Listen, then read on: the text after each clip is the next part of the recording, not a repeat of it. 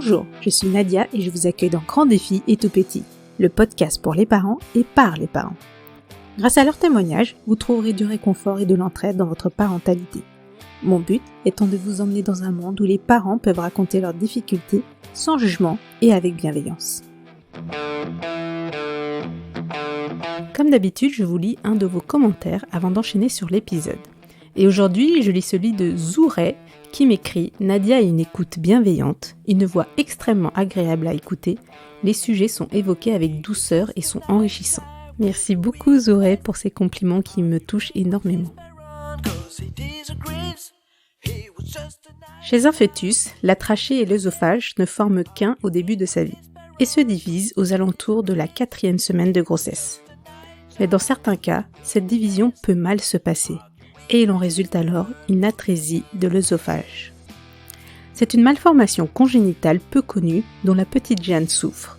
Qui dit peu connue dit forcément sensibilisation des médecins, des familles et du milieu éducatif. Et c'est aussi le but de cet épisode. Car le combat de ces guerriers extraordinaires n'est pas si simple et il peut parfois être rempli de complications.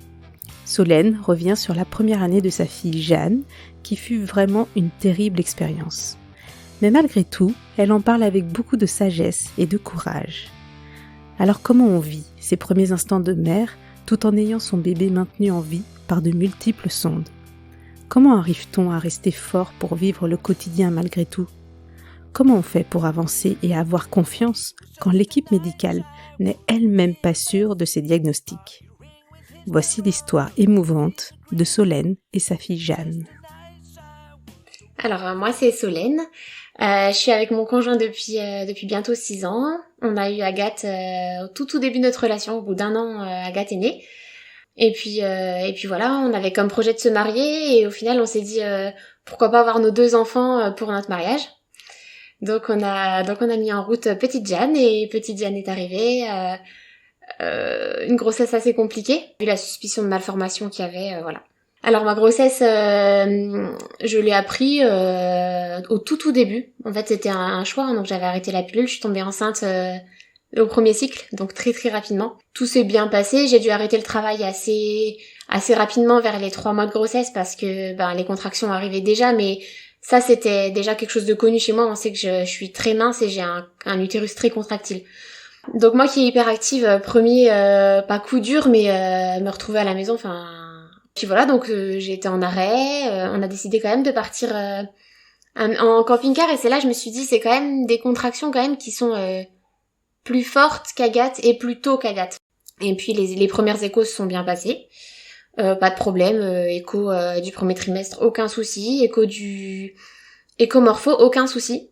Voilà, et donc là tout allait bien, hein. C'est juste un moment, donc j'étais suivie pour mes contractions, donc tous les mois, j'avais pas des échos tous les mois, mais j'avais au moins une écho de col tous les mois, pour vérifier mon col, que les contractions n'agissent pas sur le col en fait, Et puis un mois, en faisant l'écho, donc mon autre sage-femme examine mon col, et puis elle me dit bon le col ça va, mais par contre je trouve qu'il y a beaucoup de liquide amniotique.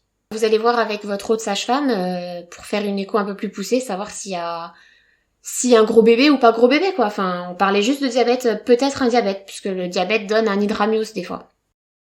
Donc oui, nous voilà partis pour faire cet écho à 29 semaines. En effet, elle pose la sonde et puis elle dit mais il y a vraiment beaucoup de liquide, à ces mots, on a tout de suite entendu que c'était pas juste un diabète quoi. C'était vraiment il y avait beaucoup plus de liquide que de bébé, c'était vraiment tout noir l'écran. On comprend qu'il y a un souci, mais on se dit il y a quand même beaucoup trop de calculs. Elle commence à mesurer tout plein d'endroits, à donner un terme, à donner des index de liquide, des index. Et puis en poussant ça, elle dit je vais quand même regarder les autres organes, savoir si voilà. Et là en regardant les autres organes, elle dit je ne trouve pas l'estomac.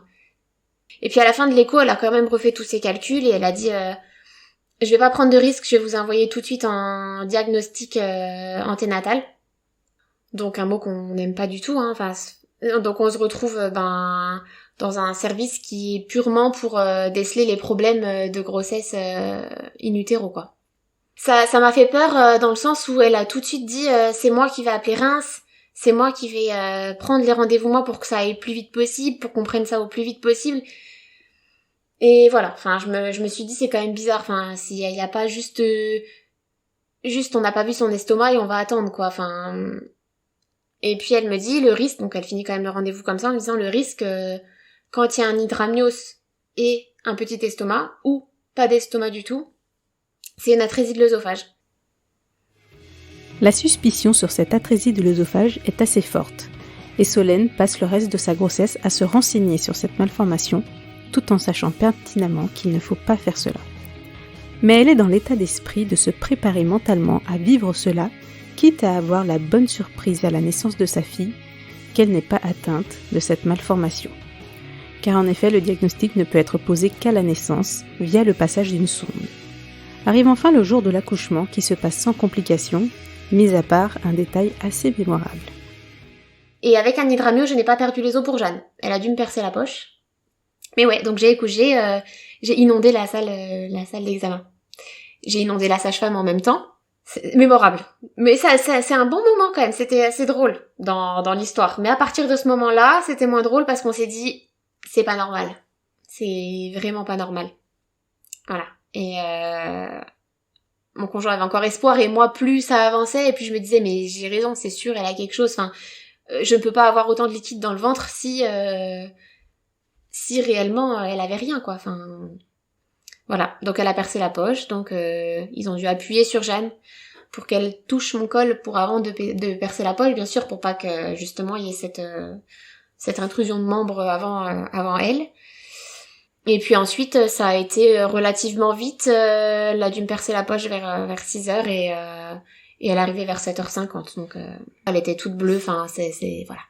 Alors Jeanne est partie tout de suite avec papa en néonat faire ce fameux test de la sonde. Donc c'est le seul test qui peut confirmer ou non l'atrésie. Il descend d'une sonde nasogastrique, enfin dans la bouche ou dans le nez. Et si ça bute, si à un moment il n'arrive plus à descendre, ça veut bien dire qu'il y a un cul-de-sac et donc qu'il y a la malformation de l'atrésie. Donc ils ont fait le test juste au-dessus de moi. Moi j'étais en bas encore en salle de naissance et donc papa m'a appelé et m'a dit la sonde ne passe pas. Je suis juste pressée qu'elle ait fini de me recoudre, que je puisse me lever et la rejoindre. Et la rejoindre parce que je sais que le SMUR va arriver et je sais qu'elle va partir et je ne sais même pas si je vais pouvoir la suivre.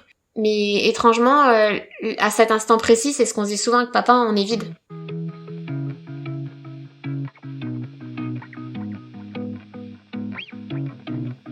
Alors il se passe que quand on a une atrésie de l'œsophage, Jeanne, c'est une atrésie de l'œsophage de type 3.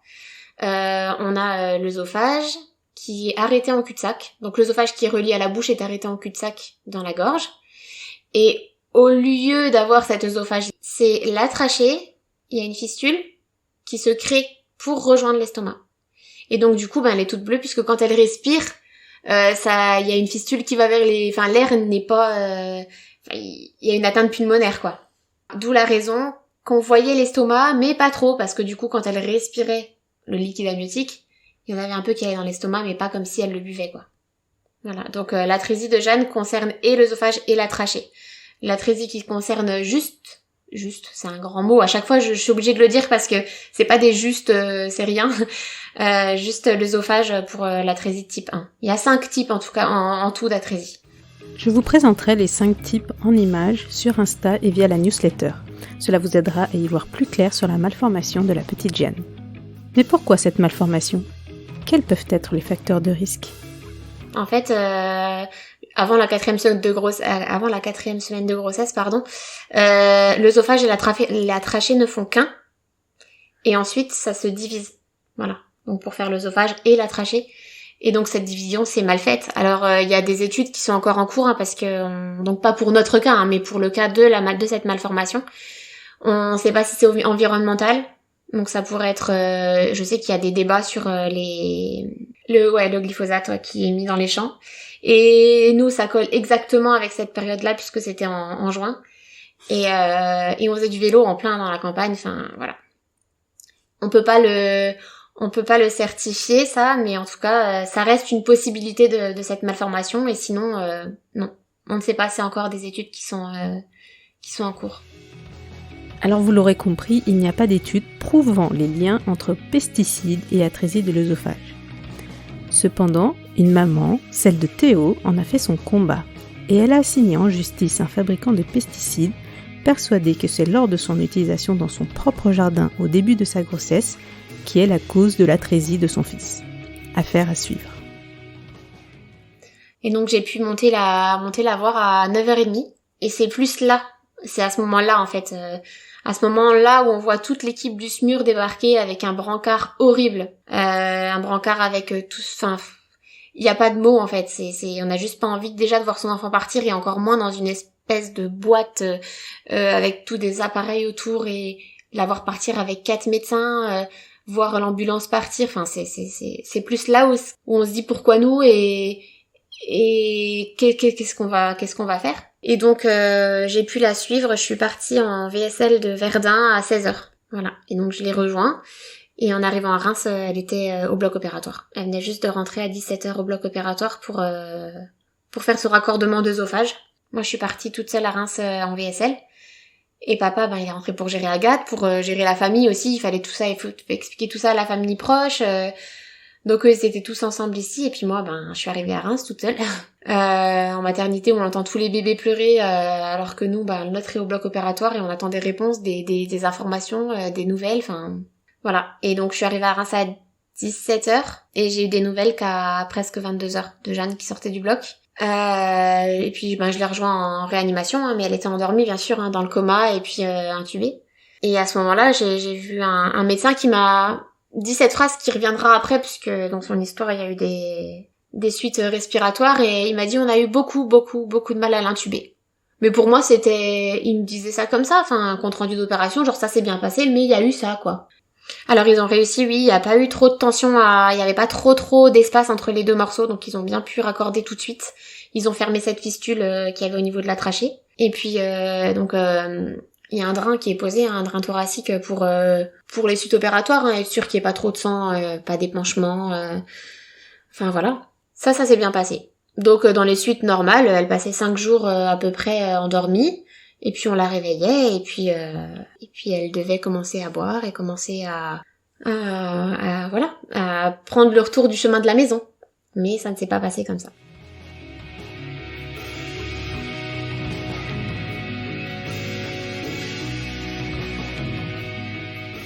Donc elle est restée 5 jours pour le premier coma, elle est restée 5 jours avec des soins. C'est vrai que c'est des moments compliqués, mais on va dire que ça, je vais pas dire qu'on était préparés, parce qu'on n'est jamais réellement préparé à ça. C'est dur de voir son bébé endormi, branché de partout.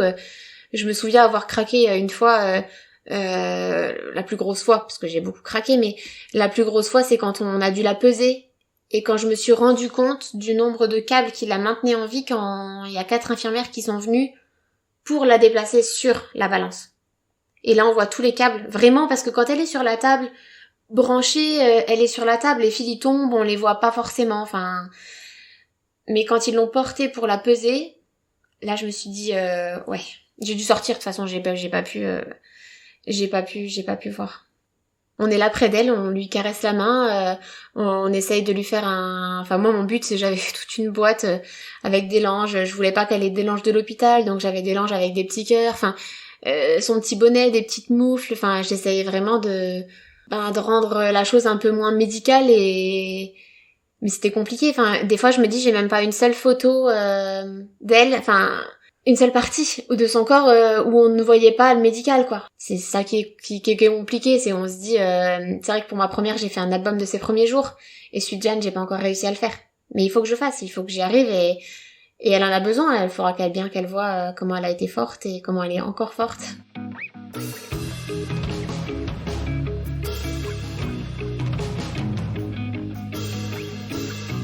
Alors au bout de ces 5 jours, donc déjà la veille on m'annonce qu'elle va être extubée le lendemain, donc nous super contents, on allait enfin connaître réellement notre petit bébé, et on me dit on va la mettre sous corticoïdes, c'est quelque chose de normal, pour désenfler la trachée vu qu'il y a un câble d'intubation pour que l'extubation se passe du mieux possible. On me dit elle risque d'avoir besoin pendant quelques heures de support oxygène, des petites lunettes quoi.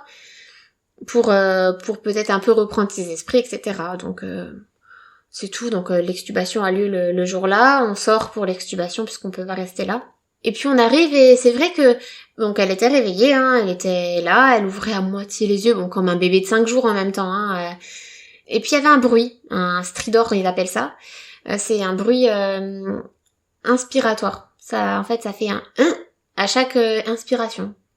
Et puis on me dit, là on m'annonce que c'est normal, qu'avec l'atrésie de l'œsophage, la trachée était touchée et donc qu'elle a sûrement, et comme tous les enfants avec une atrésie, une trachéomalacie. Donc c'est la trachée molle et donc la trachée qui se collabe à chaque inspiration en fait.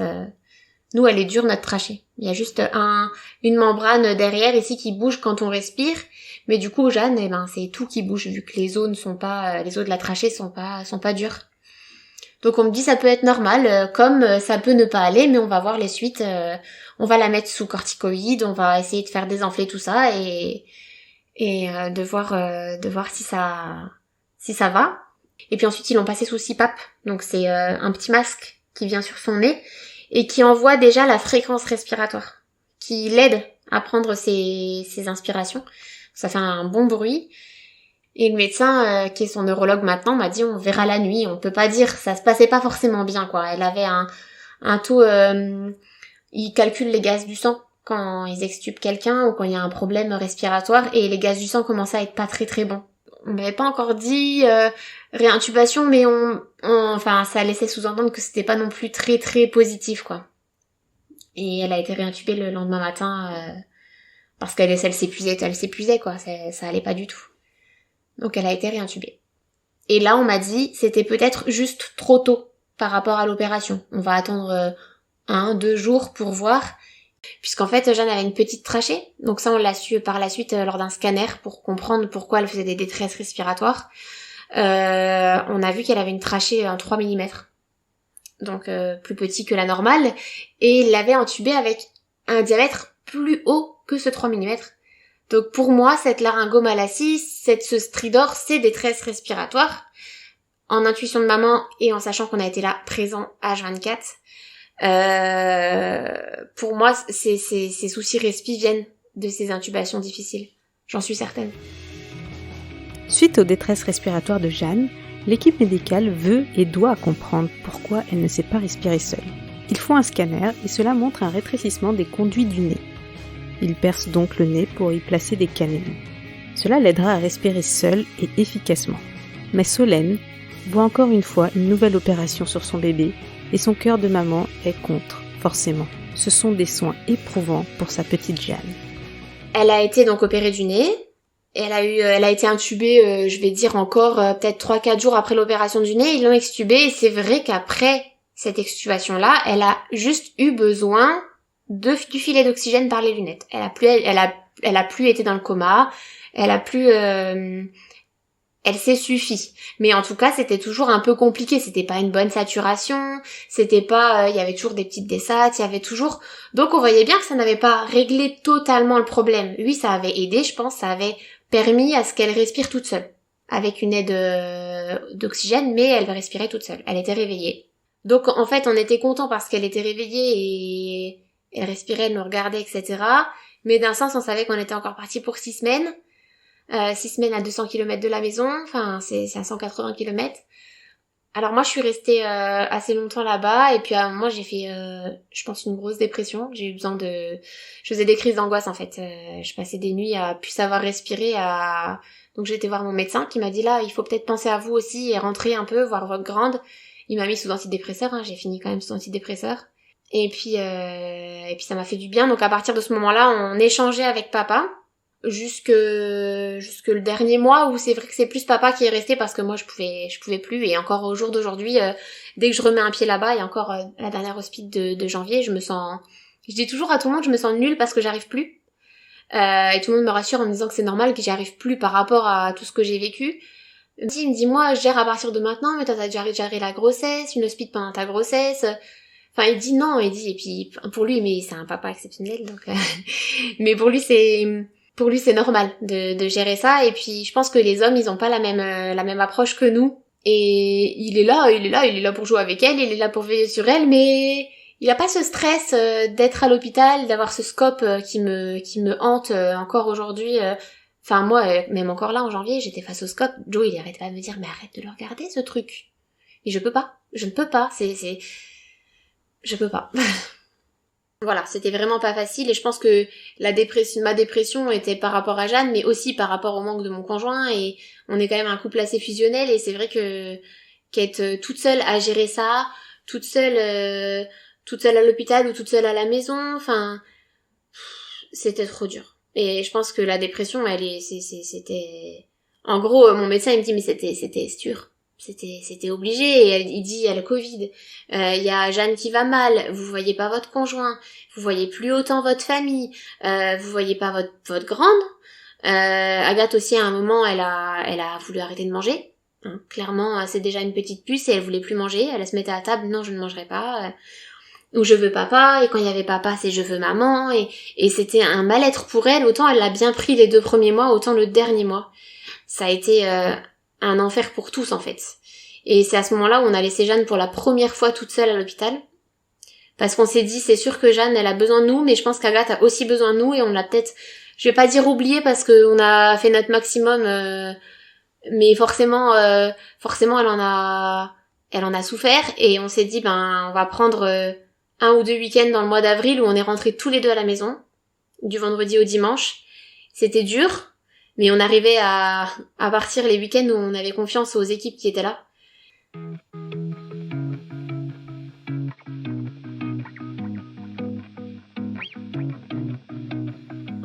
C'est vrai que tous les soirs en réa, c'était compliqué de l'endormir, mais je partais pas sans qu'elle soit endormie.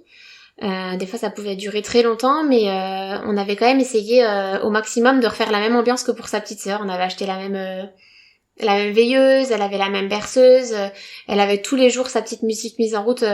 On a réussi, et c'est vrai qu'on a vraiment, je pense, réussi à partir du moment où j'ai pu vraiment l'avoir en câlin un peu plus régulièrement, puisqu'avec toutes ces détresses respiratoires et dans le coma, c'est juste impossible de l'avoir. Ouais.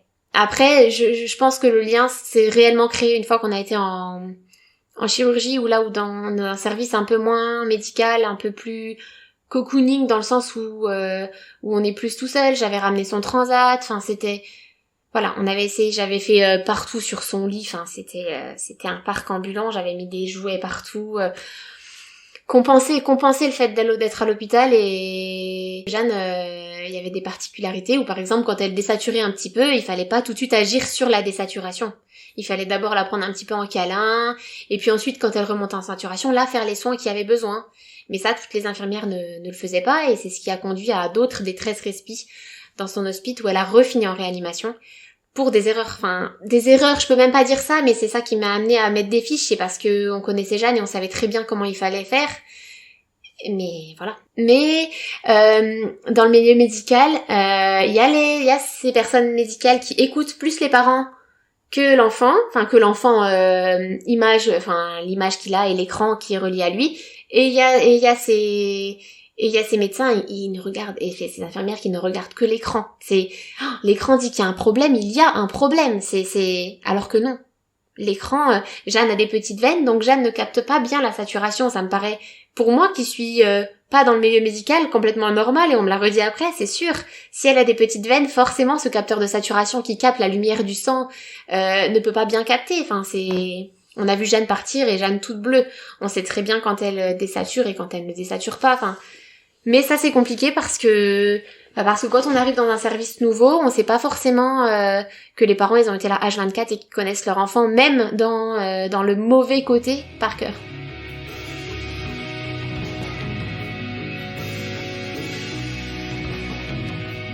Là aujourd'hui, comme je dis toujours, je pense que j'ai plus de larmes.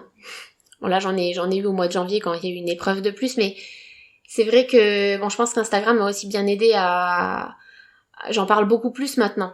Donc je pense que j'ai vidé tout ce que j'avais à vider là-dessus, et ça fait toujours autant de bien d'en parler, hein, dans le sens où on décharge toujours un peu plus, et je pense que la charge mentale, au fur et à mesure qu'on raconte l'histoire, elle descend, même si on a peur du futur et que ça réglera pas le futur, mais au moins le passé il s'estompe un petit peu et on essaye d'avancer, voilà. Puis elle me donne envie d'avancer, alors on le fait avec elle.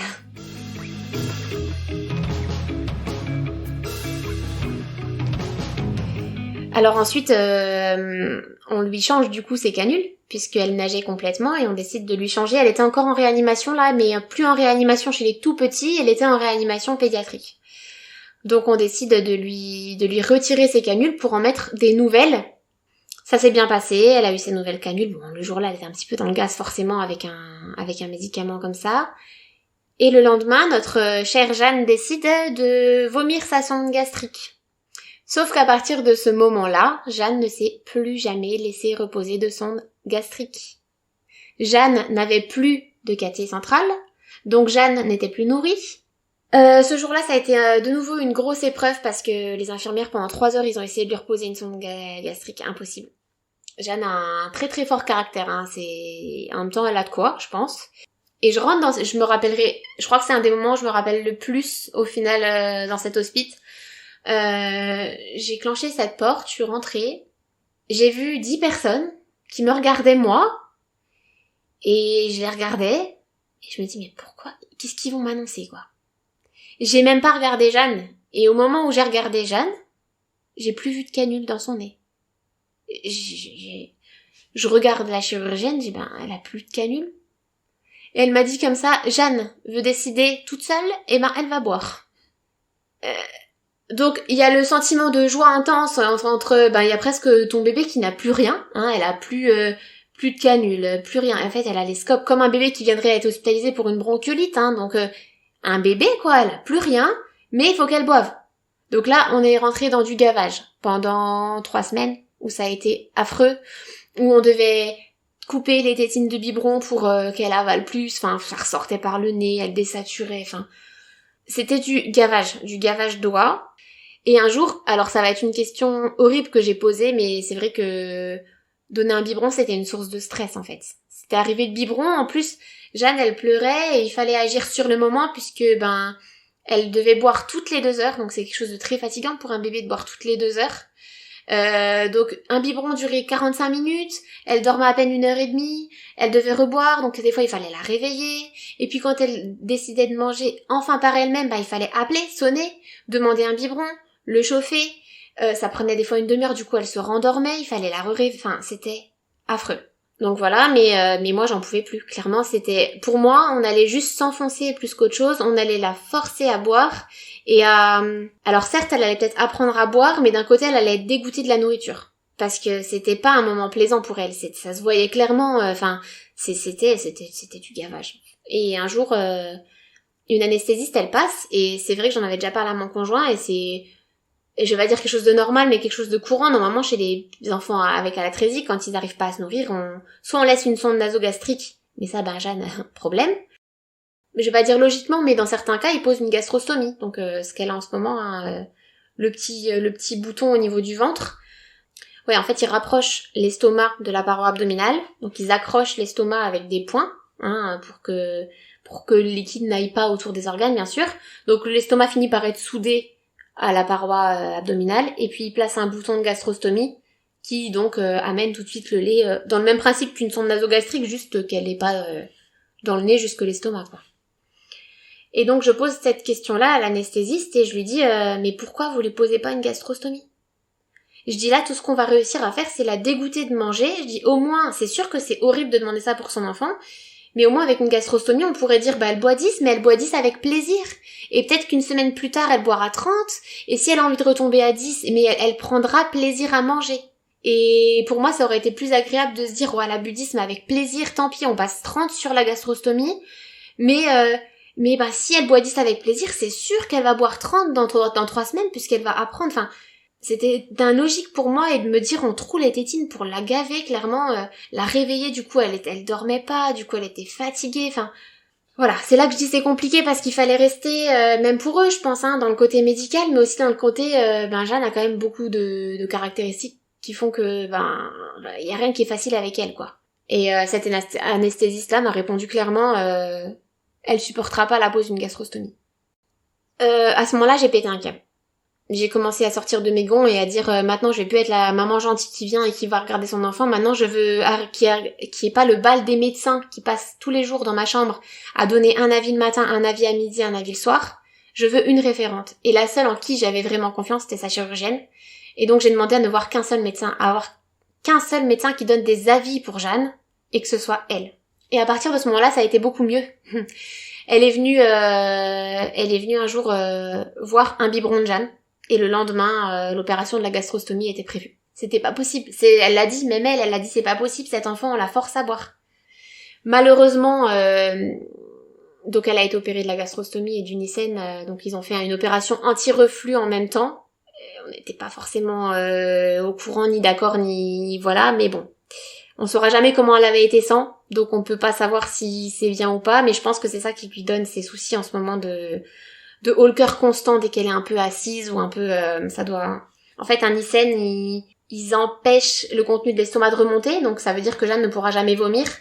Ils ont fait un espèce de tour, en fait, avec son estomac, un tour autour de l'œsophage pour serrer, pour recréer un clapet en plus du cardia qui existe déjà et qui était pas mature. Voilà. Donc ils l'ont opéré de ça, mais du coup, après ça, il y a une mise à jeun. Et après cette mise à jeun-là, elle a plus jamais voulu téter. C'était pas vraiment le problème de manger, c'était le problème de téter. Je pense qu'il y a eu encore un problème au niveau de la sphère, enfin, trop de traumatisme, je pense, pour Jeanne. Et à partir de ce moment-là, elle a plus jamais tété son biberon. C'est là que ça a été un peu compliqué pour nous, parce qu'on s'est dit, c'est sûr que elle souffre plus, mais d'un sens, elle mange plus du tout. Mais on s'est dit, on peut toujours, elle l'a fait, elle le refera. Et on est toujours à cette étape-là, puisqu'elle a une sténose et qu'elle ne peut toujours pas réellement manger. Alors une sténose, c'est un rétrécissement. En fait, là où ils ont raccordé à la naissance, ça s'est sténosé à ce niveau de la cicatrice. Ce qui fait que quand elle mange, ça stagne au niveau de la sténose et ça finit par provoquer un cœur ou provoquer une toux et que ça remonte. Voilà. Alors elle peut remonter ça. Même si elle a un Nissen, elle arrive à remonter ce qu'elle a gardé au-dessus de la sténose. Vu que ça provoque un haut le cœur et que le Nissen retient ce qu'il y a dans l'estomac, mais ça retient pas ce qu'il y a dans l'œsophage. Donc elle arrive à se dégager toute seule comme ça, donc heureusement. Donc avant la dilatation qui vient d'être tentée au mois de janvier, elle mangeait jusqu'à 10 cuillères de purée. À la pause de la gastrostomie, l'équipe médicale fait un scanner et découvre cette sténose. Une sténose peut être soignée en dilatant via une sonde gastrique. Pour Jeanne, la dilatation n'était pas prévue de suite, vu qu'elle ne mangeait pas encore. L'équipe médicale et ses parents décident donc de la préserver et de repousser cette opération bénigne à plus tard. En juillet, un autre scanner montrera qu'elle est toujours présente. Donc on a découvert qu'elle était toujours là et qu'on était quasiment sûr qu'elle était là, par rapport à la sortie le 29 avril. Donc elle est sortie de l'hôpital le 29 avril, donc avec sa gastrostomie. On l'a nourrie, en fait on l'a nourrie toujours comme ça, on l'a nourrie comme ça depuis l'opération de mi-avril. C'est vrai que alors malgré cette sténose, elle arrivait à avaler sa salive correctement, elle arrivait à prendre 10 cuillères de purée, les liquides ça passait un petit peu aussi, mais on entend un bruit dès que ça stagne dans l'œsophage, on entend un petit gargouillis comme ça, et on sait qu'il faut s'arrêter. Maintenant, on le connaît, ce bruit. C'est vrai qu'au début, on tentait, et puis on se disait, là, ça va pas, elle a remonté tout. Maintenant, on écoute, et on entend très bien quand ça stagne, et quand il faut arrêter de donner, et donc c'est vrai qu'on arrive à garder ce qu'elle prend. Si elle prend 10 cuillères, on entend le bruit, et donc ensuite, ça a le temps de s'écouler, puisqu'on donne plus rien, donc ça s'écoule doucement dans la sténose. Alors en fait, on reste c'est pas une nutrition, purement pour la nourrir, quoi. Ça reste du plaisir et de l'entretien d'oralité en attendant qu'elle puisse réellement manger. Elle a 600 ml de lait qui passe en 4 fois dans la journée, donc on passe ça à la seringue parce que Jeanne ne tolère pas non plus les débits pompes, parce que quand on est nourri par gastrostomie, normalement on branche la poche à la pompe et puis c'est la pompe qui administre la nourriture. Et Jeanne ne tolère ni les débits lents, ni les débits rapides, on a tout essayé. Donc on doit passer à la seringue. Moi je pense que ça reste parce qu'elle a quand même bu des biberons et que quand on boit des biberons, on boit 10, puis on boit 20, puis on boit 15 avec des pauses. Et c'est vrai que la seringue, ça rappelle un peu ça. C'est un peu plus physiologique qu'un goutte à goutte de pompe. Après avoir insisté pour avoir un rendez-vous d'opération de dilatation, le Covid n'aidant pas, celle-ci est programmée en janvier dernier. Une opération bénigne pour mettre fin au haut le cœur de Jeanne et lui permettre enfin d'apprendre à manger. Alors, ouais, On est parti le 20 en VSL avec Jeanne pour être hospitalisée, pour qu'elle soit dilatée le lendemain. Donc une dilatation, normalement, c'est banal, c'est une fibroscopie où quand il passe l'endoscope dans la sténose, il gonfle un ballonnet au niveau de la sténose pour écarter cette sténose et qu'elle reste comme ça. Et puis il retire et elle sort de l'opération et voilà. C'est vraiment une opération on va dire, il y a toujours des risques dans une opération, toujours des risques dans une anesthésie générale, mais ça reste une petite intervention. Donc elle part se faire opérer à 14h.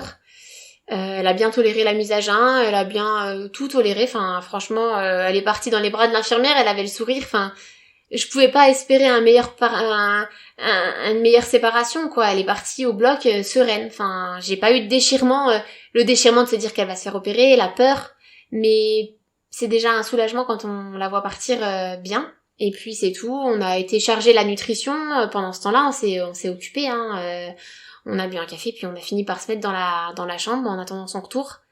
Puis je dis à mon conjoint, ça commence à durer, c'est pas normal.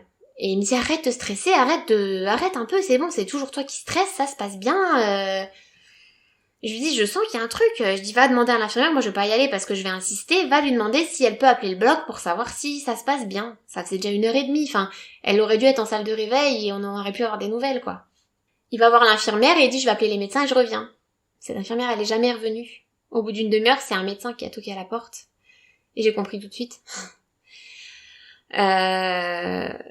J'ai compris tout de suite et j'ai hurlé. Je me suis pas reconnue, même moi, j'ai hurlé, j'ai pas de mots encore. Je pense que c'est trop proche pour avoir réellement les mots et là on m'a dit elle est en réanimation, elle est intubée, elle est endormie, enfin on recommençait, quoi.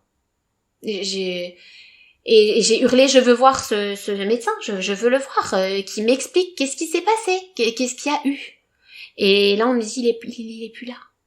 Tout de suite, c'est vrai que moi j'ai demandé ça et après on m'a dit attendez, on va aller en réanimation, on va aller la voir, vous allez parler avec les médecins de réanimateurs de ce qui s'est passé.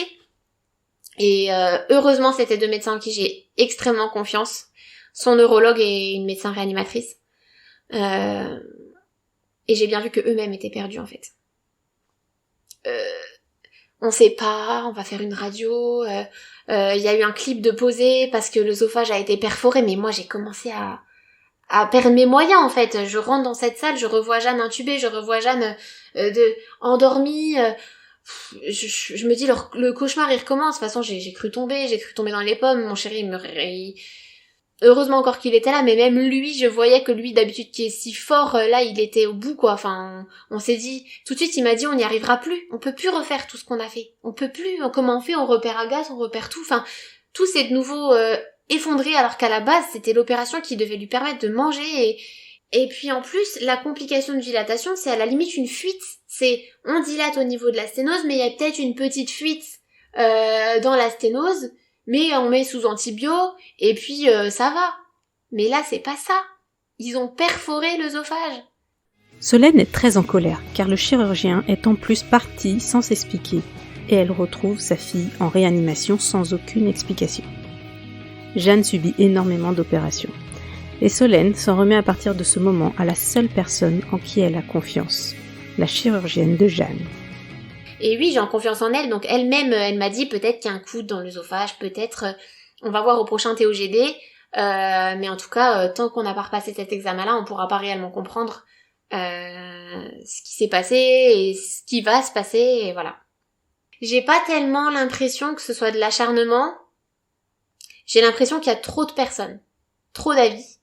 C'est vrai que Jeanne, du coup, elle est suivie par un neurologue, elle est suivie par un pneumo, elle est suivie par une cardio, elle est suivie vraiment par plein de... Parce qu'elle avait aussi, avec sa malformation, des petits trous dans le cœur qui sont maintenant résorbés.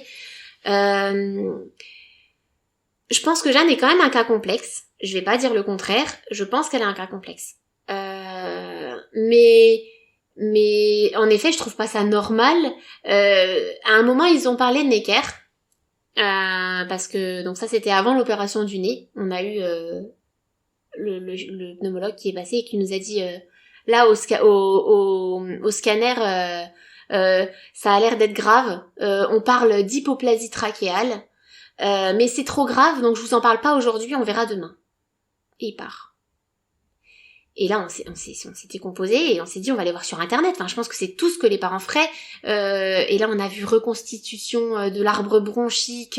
Enfin, vraiment quelque chose d'horrible. 5 cas au monde. Enfin, comment... En fait, c'est ça que je me dis dans les gros hôpitaux. Le problème, c'est que ça parle trop vite. Et on se rend pas compte que derrière les parents, il y a des êtres humains, en fait. Il y a des personnes qui rentrent chez eux après ça et qui travaillent dans leur tête. Ma fille a peut-être ça.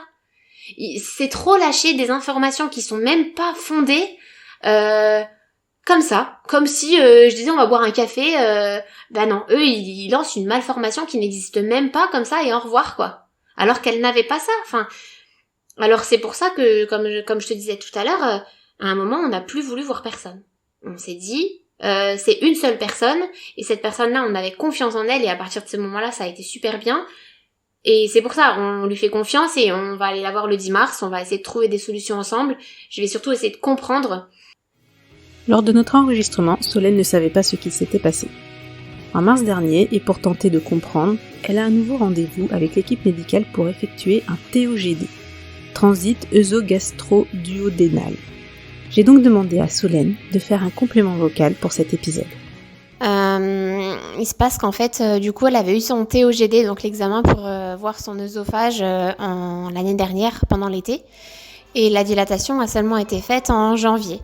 Et en fait, entre les deux, il y a une fistule qui a repoussé de son œsophage. Et donc, c'est ça qui a provoqué l'incident de janvier pendant sa première dilatation. L'endoscopiste n'étant pas au courant qu'il y avait une fistule, s'est mis dedans et du coup forcément ça a atteint le médiastin et ça a fait une perforation et du coup voilà, on a plus l'explication pour ça. Et du coup la prochaine opération se fera le 6 mai prochain, en espérant que tout se passe bien. Voilà. Un parcours qui n'est pas fini donc. Mais comment se porte-t-elle aujourd'hui ? Comment ça se passe, le développement de cette petite guerrière ? Alors déjà, Jeanne, elle a 1 an. Elle mesure 65 cm, donc la taille d'un bébé de 6 mois, 7 mois. Elle pèse 6,8 kg. Alors après, il faut remettre dans le contexte. Jeanne est sortie de l'hôpital. Elle pesait 3,6 kg et mesurait 50 cm. Elle avait 3 mois. Donc elle avait le poids d'un bébé à terme quand elle est sortie. Pour l'instant, il y a personne qui est inquiet. Son neurologue n'est pas inquiet parce que il trouve que vu l'histoire de Jeanne, elle se développe plutôt bien par rapport à son histoire. Elle joue. En fait, elle a, je dirais vraiment le développement d'un bébé de 6 mois. Elle joue avec ses jouets, elle gazouille, elle essaye. Donc là, elle s'est retournée pour la première fois il y a 1 semaine dans son parc à l'aide de ses jambes, pas encore à l'aide de ses bras. Mais voilà, on avance, il y a juste... je pense qu'il faut prendre ces 3 mois où elle a été à l'hôpital et donc presque 1 mois et demi, 2 mois endormie complètement et ensuite après sous morphine. Donc pour moi, c'est quand même... voilà, pour moi, je pense qu'il y a ces 3 mois-là qui s'enlèvent et c'est vrai qu'elle commence à tenir un petit peu assise aussi avec de l'aide. Et puis voilà seulement qu'on commence la psychomote puisqu'il y a eu des combats avec le CAMS. Je n'ai toujours pas de suivi au CAMS. Il y a des listes d'attente à rallonge et donc j'ai dû moi-même encore une fois aller chercher de moi-même un kiné qui voulait bien la prendre en psychomotricité puisque Jeanne est suivie par un kiné toutes les semaines mais juste pour de la kiné motrice, vraiment pour ses muscles et pour la kiné respi mais pas en psychomote. Donc maintenant depuis environ ça fait sa 5e séance donc c'est pas beaucoup hein. Là seulement qu'on a des petits exercices à faire en plus de moi ce que je fais à la maison mais je suis pas psychomotricienne, enfin on en fait déjà beaucoup hein. Donc j'ai besoin d'aide pour savoir des gestes à faire qui peuvent l'aider, et voilà. Je pense que ça aide bien puisqu'on voit quand même des petits progrès là. Donc on a complètement changé de vision des choses depuis sa naissance. On n'arrive même plus à se plaindre. Enfin, on a un petit mal de ventre. Enfin, qu'est-ce que c'est un mal de ventre ? On peut pas. Moi, clairement, là, je suis à bout. Enfin, j'arrive même plus à expliquer quelque chose à Agathe en gardant mon calme et je m'énerve. Déjà, je suis un peu perfectionniste sur les bords, donc je veux que toutes les croix soient cochées positives dans son programme. Donc, alors que c'est ce que je dis souvent à des mamans qui sont aussi mamans d'enfants malades. Je dis au final, on est mère de famille, On est médecin, on est kiné, on est cuisinière, on est maîtresse. On est trop de choses et je pense qu'à un moment on a besoin aussi de se retrouver et à être juste maman. J'aurais pas le choix d'être maman infirmière parce qu'avec Jeanne j'aurais pas le choix, mais déjà juste ça, voilà. Alors le défi facile que je pourrais peut-être mettre, c'est pas facile du tout, c'est que j'espère qu'à la fin de cette année 2021, on arrive à se passer de sa gastrostomie. C'est le plus grand défi qu'on peut se fixer, que cette dilatation elle marche et qu'on arrive à reprendre un travail d'oralité et que Jeanne connaisse enfin le plaisir de manger par la bouche. Que de l'espoir pour l'avenir. Merci Solène pour ta force et la confiance que tu m'accordes. Ce n'est pas évident du tout de tenir tout en traversant tant d'épreuves. Mais tu le fais avec brio. Quand j'ai rencontré Solène et le combat de Jeanne, j'ai découvert toute une famille. Non pas avec des liens de sang, mais c'est la force et le courage qui les unit. C'est cette grande famille des guerriers et guerrières extraordinaires, à laquelle je souhaitais rendre hommage en les citant. Aricia, bientôt 3 ans, Noémie, 29 mois, Ewen, 2 ans, Dimitri, 7 ans, Gabin, 14 mois, Elliot, 1 an, Théana, 6 ans, Enzo, 2 ans, Paul, 2 ans, Lise, 16 mois, Loris, 4 ans, Marie, 29 mois, Juliette, 3 ans, et bien sûr Jeanne, 14 mois, et plein d'autres. Alors vous l'avez remarqué avec les âges de ces enfants concernés, une chirurgie à la naissance qui se déroule avec ou sans complications ne suffira pas à sortir de ce combat. Puisque ces bébés, qui n'auront jamais appris à déglutir le liquide amniotique in utero, devront effectuer tout un travail d'oralité dont des complications peuvent survenir jusque très tard, même à l'âge adulte. Alors je ne vous le souhaite pas, mais si vous êtes concerné par cette malformation, n'hésitez pas à contacter l'Association française de l'atrésie de l'œsophage, dont je mettrai les liens dans la description. Elle vous aidera à vous mettre en relation avec les professionnels formés. Merci pour votre écoute. Si cet épisode vous a plu, n'hésitez pas à me laisser un commentaire et 5 étoiles sur Apple Podcast. Ça m'aide beaucoup en visibilité et surtout ça me motive à fond pour continuer ce podcast. Vous pouvez aussi me retrouver sur Insta où vous pouvez me taguer sur cet épisode en story et je vous repartagerai. J'ai lancé aussi une newsletter pour vous en apprendre plus sur mes invités et partager d'autres podcasts dans le même thème. Le lien est dans la description. Si vous avez également des sujets qui vous tiennent à cœur ou que vous souhaiteriez voir traités dans un prochain épisode, vous pouvez me l'indiquer en commentaire Apple ou sur les réseaux sociaux, je les prendrai en compte. Portez-vous bien et à très vite.